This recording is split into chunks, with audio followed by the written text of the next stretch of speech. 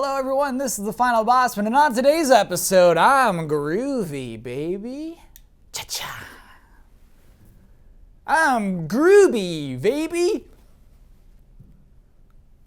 I'm briggy, booby.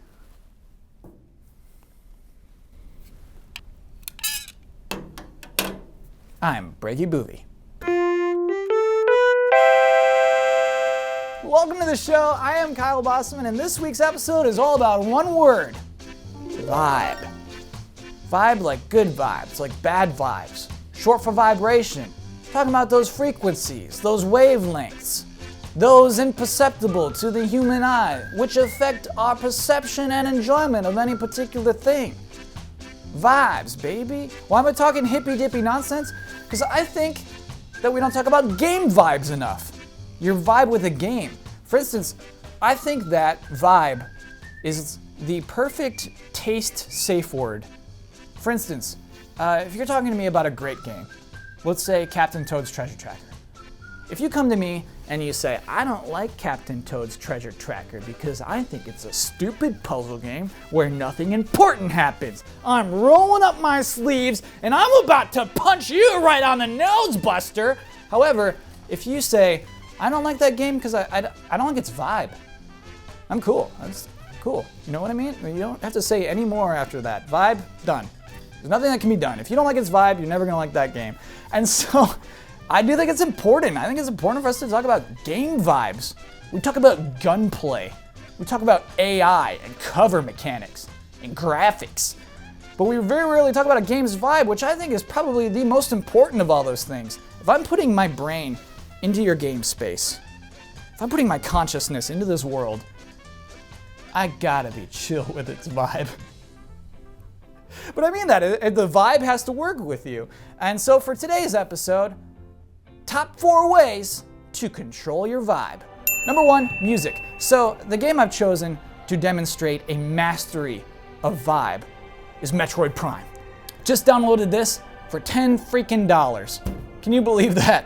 Well, the trilogy for $10 even, unbelievable. But this game, Metroid Prime, has 100% control of its vibe. It is in control, and this music is part of it. The Metroid Prime music is so distinct and just sets a tone for this weird alien planet that you are meant to feel uncomfortable on, but still motivated to explore. Pretty incredible soundtrack. The first time I learned about music and how it can affect one's perception of video, interestingly enough, was on Reading Rainbow. LeVar Burton was trying to tell us about what kind of influence music can have on just an image. So he showed this alligator. No music or anything, just an alligator crawling. Like, okay. Then he added scary music. And so suddenly this alligator, same thing, became terrifying. Then he added a prickly little ballerina music. And I remember my sister and I were watching this. We both broke out hysterically into laughter at the same dumb alligator we'd already seen twice. It was the same alligator that terrified us moments before.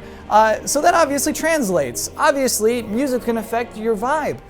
Music is vibes. Interesting thing about music and vibe, music in video games can just be turned off, which is honestly pretty crazy. It's a feature I actually appreciate. But if you think about if you could watch a movie and just say, I don't want to listen to music, that movie's not gonna feel good. It's gonna feel uncomfortable. A movie with no music is just, this is weird. The action sequences feel less actiony. The romantic sequences just feel like, what are they doing? Movies feel weird with no music. This show would feel weird with no music. Let's do 3 seconds of the show with no music. How does this feel? You got the heebie-jeebies yet? Yeah, I thought so. Music back, please. But another example I wanted to use for great use of music and its vibe is Minecraft. Minecraft, visually, look at this game. It's a world of cubes. It's a very simple looking game. Minecraft easily could have done a cute little 8-bit music chip tune, kind of just like but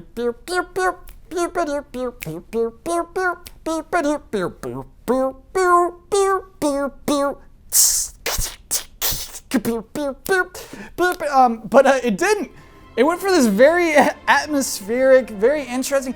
The music in Minecraft is so different, so unique to Minecraft that it feels like you are in a world. You're surrounded by stupid cubes that look like pixel art, but you believe in this world partially because that music makes it an atmosphere. I love the music to that. Music, baby, that's all about those vibes. Number 2, loading screens. Right after music goes straight into loading screens. Loading screens, though, weirdly important. You see this one singular screen more than you see any other singular screen in a video game, the loading screen. And so if it just says the word loading, or if it's just a spinning icon, worse, if it's just tips on how to play the game, I think you're not trying hard enough. Like if I'm deep into this game, if I'm 4 hours into this game and like a level's loading and it's just like, use charge attacks to attack slow enemies, that's like, I know! I've done that 1,000 times! You're making my vibe weird. And what would they say? You're harshing my vibe. Is that what kids say? We say harshing your vibe? So in that sense, bad loading screen. Metroid Prime, no loading screens. Not a single one. The way Metroid Prime loads, the first is the door just takes a long time to open sometimes, just like, oh, you're clearly loading that world. I guess there's some internal logic there. The other way I actually like a lot is when you're going to a new zone, you go on an elevator ride, and this elevator ride is a cutscene. And so the cutscene is masking the loading screen. It is loading behind the scenes. But within that cutscene, you're getting context. You're getting, it doesn't break up the game. You learn where you're going from and where you're going to, and sort of, in a strange way, dramatizes your traversal through this world. You appreciate this world in its entirety more than if it was just a black screen that said loading video game, and fade back up, and now I'm in a new spot. It's like, where'd I come from? It just connects that world. Beautiful vibe. Number 3, visual style, obviously. Obviously, how your game looks is going to affect its vibe. Metroid Prime, still today, looks good somehow. And to be honest, I think that at that time, you had to be more creative in representing a world. And so you had to be creative, and so that sort of limitation enabled everyone to kind of hold up better than I think a lot of games from the last 4 years will as time goes on. Today, it's harder to differentiate your game. You're probably outsourcing a lot of things to a lot of different companies. You're like, we don't have the budget to make this table, outsource it. And so you bring this table in, and that table isn't unique to your game. That table doesn't say this is from this game. Every screenshot should say, hey, that's from that game. So my other example for this one is No Man's Sky. No Man's Sky, any screenshot of No Man's Sky you know is from No Man's Sky. Before it's even out, this game has established its own unique visual style, its own vibe, which is quite an accomplishment. A bad example of this, I watched a trailer recently for Let's All Go to the Trailers. Cross-promoting! Brandon! I'm cross-promoting your show! Yeah, he's gone. He doesn't even know. We watched trailers. So I watched a trailer for Homeworld Remastered, and part of the remastered trailer is like, look at the improvements over the last version of this game. So let's look at the last version of Homeworld. I like this. I like what I'm seeing here. I like the colors. I like the architecture. If I may say, I like its vibe. Now let's see how they improved it. Whoa! Stop it! What have you done? Do you know what you did? You lost your vibe. You made all these improvements. You lost everything that was unique about that old design. Too many colors. Too distinctive architecture. Too distinct color. Like, oh my gosh, it's gone. I don't even have to explain that. You lost your vibe. Number 4, writing. Writing, obviously gonna affect your vibe. And I know what you're thinking, Metroid Prime doesn't have that much writing. Metroid Prime has a ton of writing. It has a lot of writing in that game. And what's interesting, it's all kind of flavor text. It's all, you scan something and then it's just like, here's what that says. For instance, if you just see like this weird little dumb glob creature, it's like 2 feet tall, big whoop. You scan it and the text will say, this creature has a hard shell that can only be destroyed by explosives, and its intelligence only allows it to travel across a certain hunting path. Something like that. It'll say that instead of, you can only beat this creature with rockets, and it's obviously going to only trace this one path that the game creators created for it. No, it's saying, hey, this is all part of this world. This all actually makes sense in this world. And so I appreciate the text for that reason. Secondary example for writing and how that affects the vibe very well. Shovel Knight. Shovel Knight has very good writing for the reason that the characters within Shovel Knight believe in this world. What do I mean by this?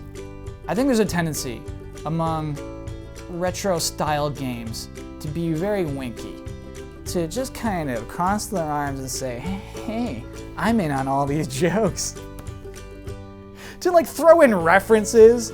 Everybody ready for an alien reference? Like, it weakens its own world. Hey, everybody, look what I found on Reddit. I'm putting it in this game. Like, all right, this could have been your own world. Shovel Knight it is. When Shovel Knight says a phrase like shovel justice, you believe that this character believes in something called shovel justice without any hint of irony.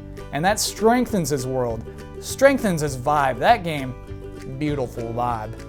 So those are the 4 reasons I wanted to look at primarily. And also, I mean, Metroid Prime, great game. Its sequels, also great games. But the reason why I love Metroid Prime and are a little sour on the other 2 is vibes. Metroid Prime just has the best vibe of those 3 games.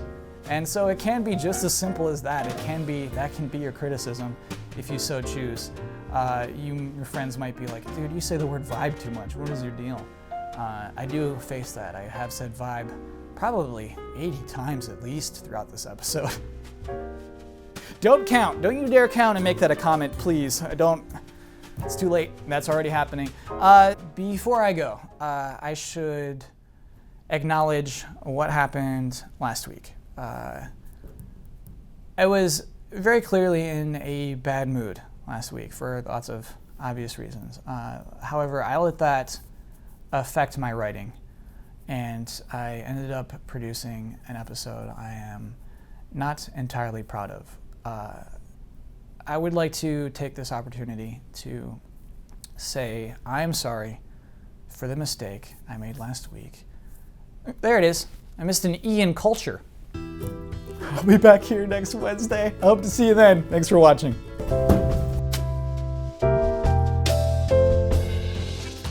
Hello everyone, I'm Kyle Bosman, and today's episode is about one word, vibe. Talking about good vibes, talking about bad vibes, short for vibrations. You know what, Hubert? Yeah. I'm sorry, but I appreciate you coming back here again. I was just wondering if maybe you could sit anywhere else. No can do, buddy. Okay.